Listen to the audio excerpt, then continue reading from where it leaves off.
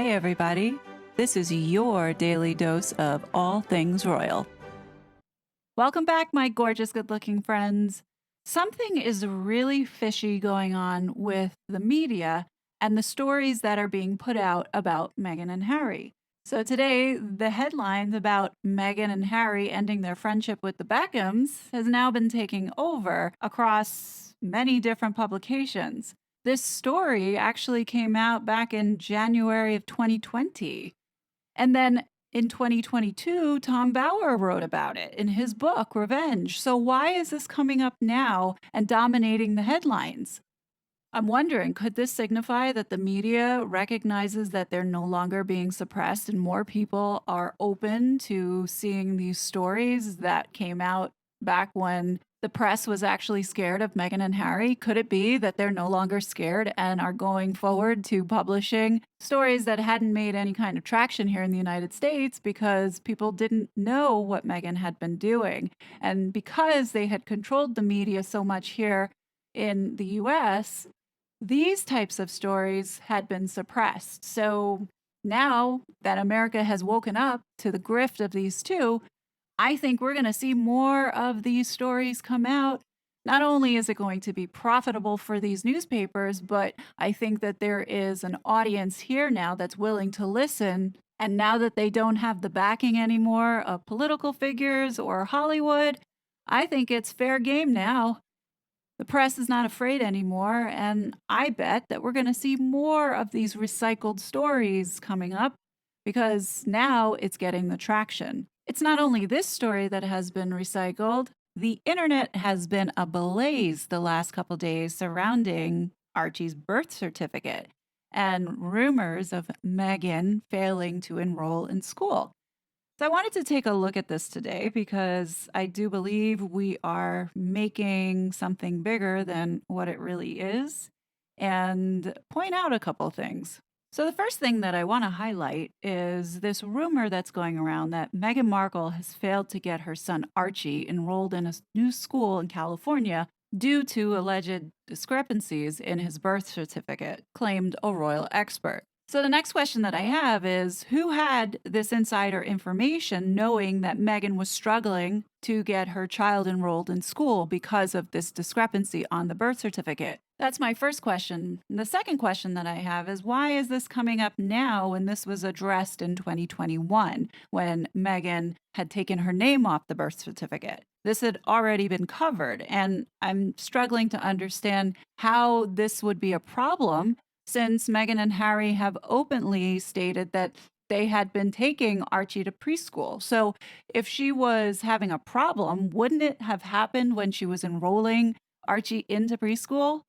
According to the Santa Barbara School District, there is a requirement for one-time registration where, let's say if you were transferring or if you were enrolling your child into any one of these schools for the first time, you have to present certain documents, and they do give you options. So it's not just a certified copy of a birth certificate or statement made by the local registrar, but you can also give a duly attested baptism certificate, a passport, and if none of those things are available, then you would have to present an affidavit by the parent or guardian of the child to attest that they belong to you. So not having the birth certificate is really not that big of a deal if any of these other options could be presented. From what we know, Archie did get baptized, so I would think that would qualify. In addition, one would think that Archie does have a passport considering he had traveled to South Africa, traveled to Canada back and forth, allegedly had went over for the Jubilee. I don't believe that trip happened, but allegedly it did, and you would think that the child would have that kind of documentation. So I don't think this is going to be a problem. Also, they have to present immunization records from a doctor. So, I don't think that Meghan and Harry for 4 years didn't take their child to see a doctor for any type of shots. I mean, it's mandatory that these kids have their vaccines in order to enter into any kind of school. So my question is, where did this rumor come from, or who is this royal expert that gave this insider information that Meghan was having trouble enrolling her child into school. It's documented in several places where Harry and Meghan talk about taking Archie to school or picking him up from school. One example is in the Cut article. Here we have a journalist who is writing this piece and witnessing this, allegedly. I don't think that she would lie. I mean, maybe she would. But then again, this is Meghan. She is the master manipulator. You really can't take at face value anything that Meghan Markle says, because later on in this article, and I just picked this up today, and I can't believe I didn't catch this and flag this before. Or maybe we were just so overwhelmed with all the other lies and fantasy stories that were told in this ridiculous article. In this one part of the article, Allison writes, "These days, they're getting back out there together. Recently, Meghan says they took Archie to a birthday party for a classmate. Everyone was surprised they showed up. In quotes, said by Meghan, I was in a bouncy castle and I saw this 1-year-old inside. I was like, where's your mom? And this mom on the outside goes, oh, hi, I'm here. I wasn't sure if I could come in, she laughs.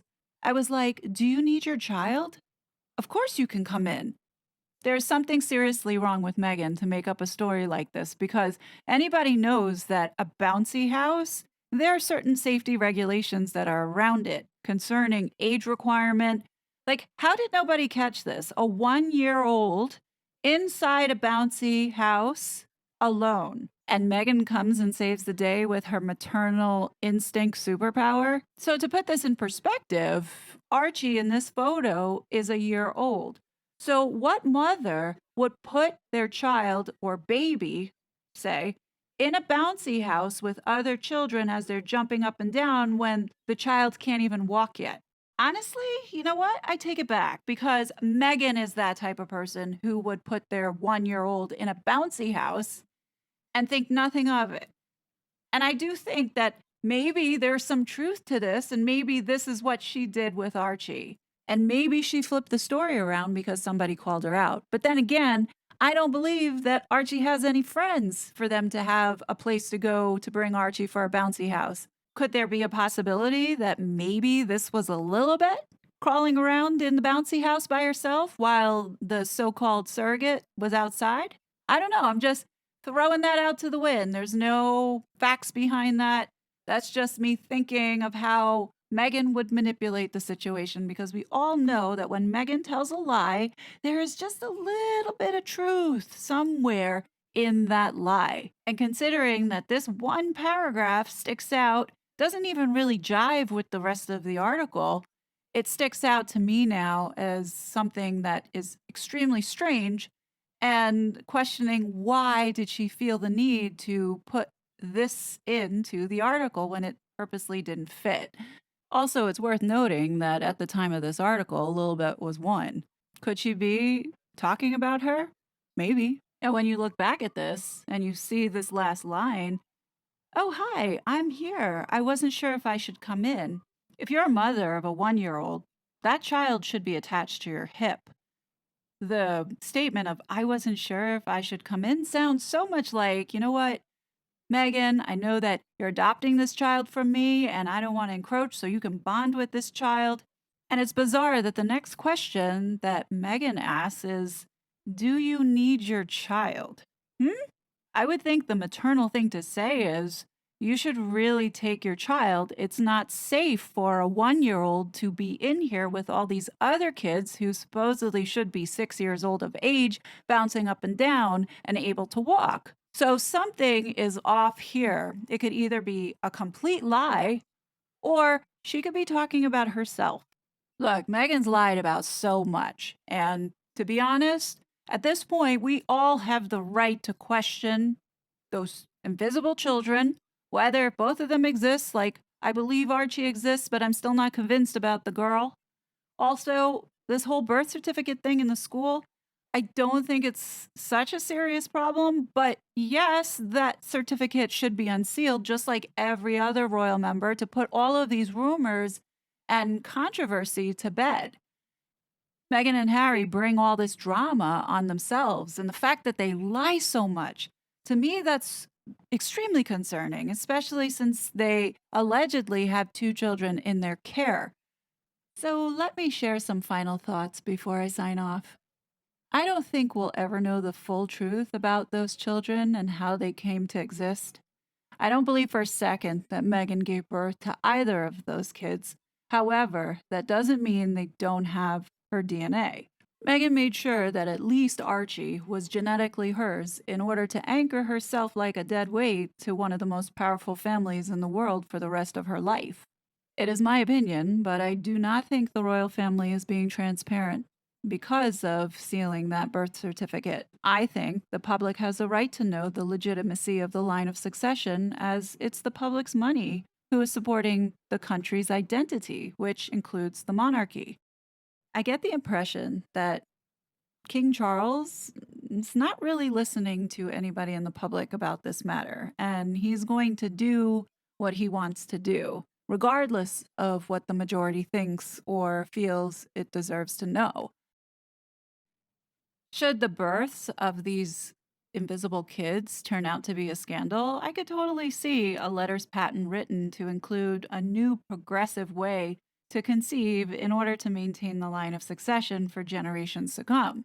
I think the way that they will spin the narrative is Charles' acceptance and progressive nature. Hence, we look at that fertility clinic that was opened up at Dumfries House as part of potentially positioning, should this come to fruition and it is exposed and the truth comes out, I don't think removal from the line of succession will be in the cards should what we all suspect come out to be true. The king will take the easier route of inclusion and acceptance over tradition to accommodate. That's just my opinion. The monarchy's PR machine will go into overdrive, of course, and even though it will make people mad, I don't think the king cares or wants to hear it. And that's just my perception from what I've seen so far. He ultimately has the power.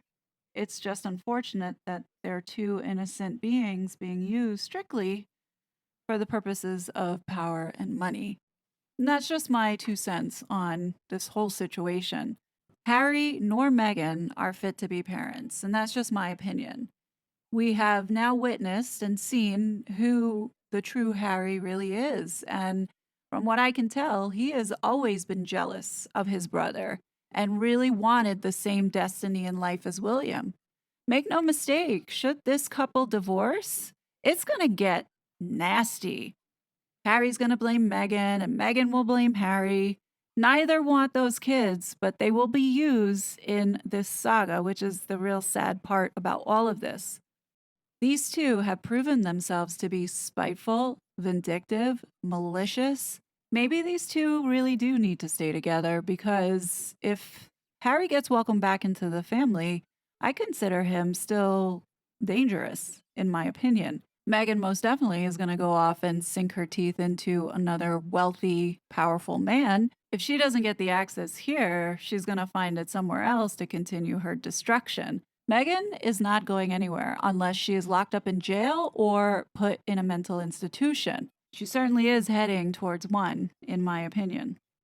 If Meghan loses the backing of Harry and does not have another man to replace him, she will not challenge the royal family. That's a battle that she knows that she cannot win if she doesn't have Harry.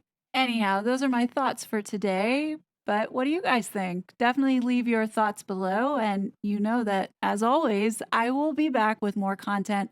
But until then, please be safe, and I'll talk to you later.